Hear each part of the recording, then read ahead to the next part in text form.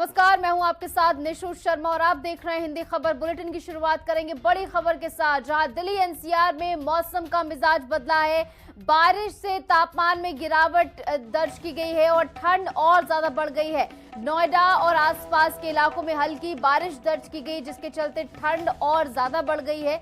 ऐसे में दिल्ली एनसीआर में मौसम का मिजाज बदलता हुआ नजर आया और सटे हुए नोएडा में भी बारिश यहां पर दर्ज की गई। हल्की बूंदाबांदी यहां पर हालांकि दर्ज की गई, लेकिन इससे तापमान जो है वो लुढ़का है। तापमान में गिरावट दर्ज की गई, जिसके चलते ठंड अब बढ़ गई है। ऐसे में लोगों की मुश्किलें भी अब बढ़ती हुई नजर आएंगी। हालांकि कोहरे से जरूर लोगों को राहत यहां पर मिलेगी और इसी के साथ साथ अब ठंड जिस तरीके से बढ़ गई है, तो ऐसे में लोगों को तमाम एहतियात बरतने को कहा जा रहा है।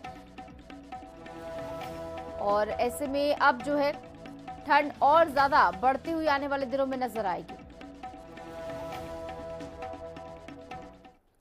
बात करेंगे उत्तर प्रदेश की, जहां कोहरे और शीतलहर का कहर लगातार जारी है। 11 जिलों में घने कोहरे का अलर्ट जारी किया गया है। बड़ी खबर आपको बता रहे हैं, प्रयागराज, सोनभद्र, मिर्जापुर, चंदौली समेत इन तमाम इलाकों में अलर्ट जारी किया गया है। कोहरे और शीतलहर का अलर्ट जारी किया गया है और 11 जिले जो कि घने कोहरे की चपेट में रहेंगे और प्रयागराज, सोनभद्र, मिर्जापुर, चंदौली इसमें शामिल कुल मिलाकर 11 जिले जिनको लेकर अलर्ट जारी किया गया है। कोहरे और शीतलहर का कहर यहां पर देखने को मिलेगा। ऐसे में लोगों को विशेष एहतियात बरतने को भी कहा जा रहा है, क्योंकि कोहरे के चलते दुर्घटनाओं का खतरा जो है और ज्यादा बढ़ जाता है। तो ऐसे में लोगों को तमाम एहतियात बरतने को कहा जा रहा है। जगह जगह पर जो है अलाव की व्यवस्था भी की गई है और ऐसे में शेल्टर होम्स भी बनाए गए हैं। लेकिन 11 जिलों में अब और ज्यादा घने कोहरे को लेकर अलर्ट मौसम विभाग की ओर से जारी किया गया है। कोहरे और शीतलहर की चपेट में अब फिलहाल तमाम 11 जिले नजर आ रहे हैं, जहां पर ठंड और ज्यादा बढ़ने के आसार आने वाले दिनों में हैं। यूपी में इस समय कोहरे और शीतलहर की मार झेलते हुए लोग यहां पर नजर आ रहे हैं, जिसके चलते लोगों की मुश्किलें, जनजीवन बुरी तरह प्रभावित हो रहा है।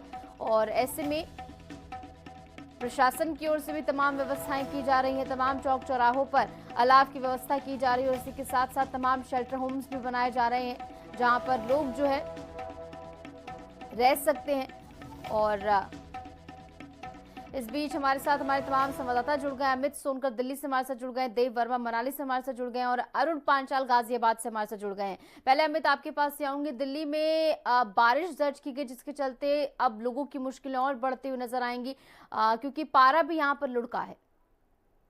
जी, मैं आपको बता दूं, जैसे पहाड़ी इलाकों के अंदर बर्फबारी देखी जा रही है, उसका असर कहीं ना कहीं मैदानी इलाकों में दिखाई दे रहा है। और यही जो असर जो है वो दिल्ली के अंदर कहीं ना कहीं कोहरे और ठंड के कारण कहते हैं जो लोग हैं वो कहीं ना कहीं अपने घरों से बाहर नहीं निकल रहे हैं और अलाव जलाकर कहते हैं अपना जो ठंड का कहर है वो कम करने में लगे हुए हैं। कहीं ना कहीं कहते हैं इस समय बारिश का असर भी कहते हैं कई इलाकों में देखा गया है और कई बूंदाबांदी पड़ी है। और उसको मौसम विभाग ने पहले ही इसी बात की कहते चेतावनी दी थी कि जो ठंड का कहर है वो कहीं ना कहीं बारिश पड़ने के बाद जो है तापमान गिर जाएगा और कहते हैं जो विजिबिलिटी है वो कहीं ना कहीं इतनी बड़ी हो जाएगी कि जिसके कारण कहते हैं लोगों को परेशानी का सामना करना पड़ेगा। और जो कोहरा है वो कहीं ना कहीं लोगों को परेशान कर रहा है। ठंड के कारण जो है लोग घर से बाहर निकल रहे हैं और जो गाड़ियां हैं वो कभी धीमी गति से यहाँ पर चलती हुई यहाँ पर नजर आ रही हैं। और कहीं ना कहीं जो लोग हैं वो ठंड के कारण ठुठरने के अंदर कहते हैं जो अपना अलाव जलाकर घर के अंदर बैठे हुए हैं। बिल्कुल। और प्रशासन की ओर से हालांकि तमाम व्यवस्थाएं भी की गई, तमाम चौक चौराहों पर जो है अलाव की व्यवस्था की गई। अरुण आपके पास आऊंगी। गाजियाबाद में इस समय क्या कुछ तापमान और क्या कुछ व्यवस्थाएं प्रशासन की ओर से लोगों से एहतियात बरतने को कहा जा रहा है, क्या कुछ तमाम एडवाइजरी? देखिए, बिल्कुल अगर हम गाजियाबाद की बात करें तो देखिए गाजियाबाद में प्रशासन की तरफ से जो सर्दी का सितम जो लोगों को सता रहा है, अब प्रशासन ने व्यवस्था पूरी कर ली है। चाहे उसमें हम अलाव की बात करें या फिर हम रैन बसेरों की बात करें, तो गाजियाबाद जिलाधिकारी के द्वारा लगातार सभी अधिकारियों को दिशा निर्देश दिए जा रहे हैं कि अपने अपने जो क्षेत्र है उसमें लगातार गश्त की जाए और मौके पर जाकर देखा जाए कि किस तरह की व्यवस्था की जाए। वही अगर हम बात करें उत्तर भारत में जिस तरीके से कड़ाके की ठंड पड़ रही है और सुबह के समय की अगर बात करें, देखिए अभी सुबह का समय और सुबह के समय आप अभी ठंड देख सकते हैं कितनी ज्यादा और ठंडी ठंडी हवाएं चल रही है। ऐसे में अगर हम पार्कों की बात करें, देखिए पार्कों में सोना पड़ा हुआ है। साथ ही अगर हम बात करें पहले के मुकाबले इस बार ठंड ज्यादा देखने को मिल रही है। और चाहे उसमें हम NH-24 की बात करें या फिर मेरठ एक्सप्रेसवे की बात करें या फिर हम दिल्ली सहारनपुर रोड की बात करें, तो कहा जा सकता है जो सड़कों पर जो गाड़ियां चल रही है उनकी भी गति जो है वो धीमी चल रही है। सुबह 5 बजे की अगर हम बात करें, सुबह 5 बजे देखिए